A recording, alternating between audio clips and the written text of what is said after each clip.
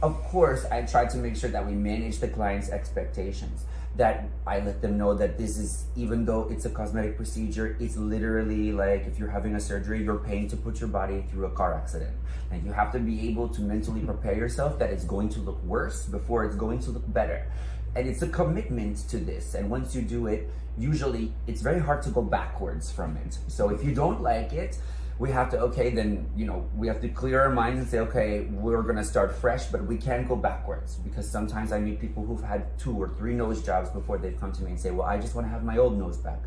And I try to tell them, listen, we can try to find someone who's gonna give you something like this, but you have to accept the reality of what we have now and what potentially someone can do to help you going forward. But the expectation needs to be realistic, or 100% you will be let down every time. And then it's just better that you just don't do it, right? And also expecting perfection, whatever that is to you, if you in fact have that in your mind, it's probably not achievable. So if we can get to 90%, then usually that's probably a great thing. But I mean, 100%, most of us can still pick apart things. I've had 5 nose jobs, 5! And the thing is that with those 5 nose jobs, do I still see things that I don't love? Of course, there's a couple things here and there. Do I tell the whole world what they are? No. But do I accept that after 5 nose jobs, if I have a 6th, I understand that the likelihood of me having more of a problem than fixing a problem is higher.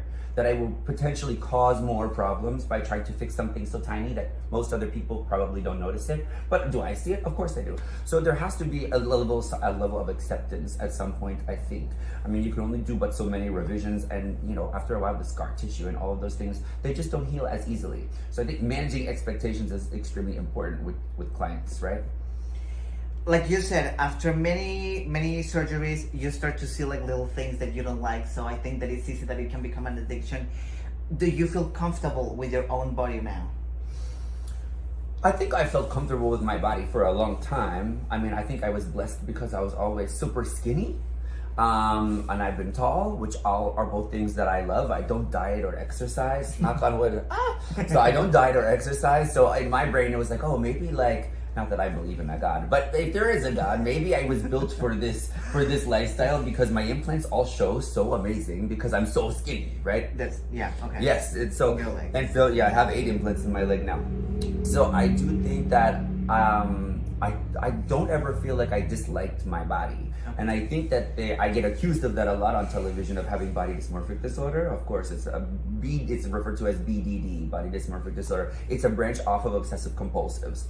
And so with BDD, typically, you will see that somebody perceives a defect that really isn't there in front of the mirror, or they cause that to be more of an issue in their head, and physically most people can't see it. And sometimes these people can be stereotypically very beautiful or very handsome, but they don't see it. They make their nose in their mind, they think about it so much, it looks like they're like Shrek in their mind, but it's not the reality of what they see. Truthfully, what the rest of us see when we look at them, it's just how they view themselves in their mind.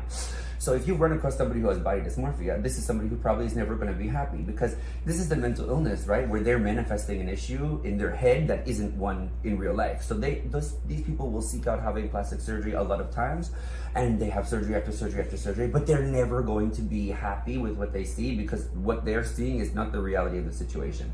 So that's something I'm always questioned on when I go to the plastic surgeon's office. What is your expectations for this? What do you feel like it looks like now? How much of a change are you looking to gain out of this?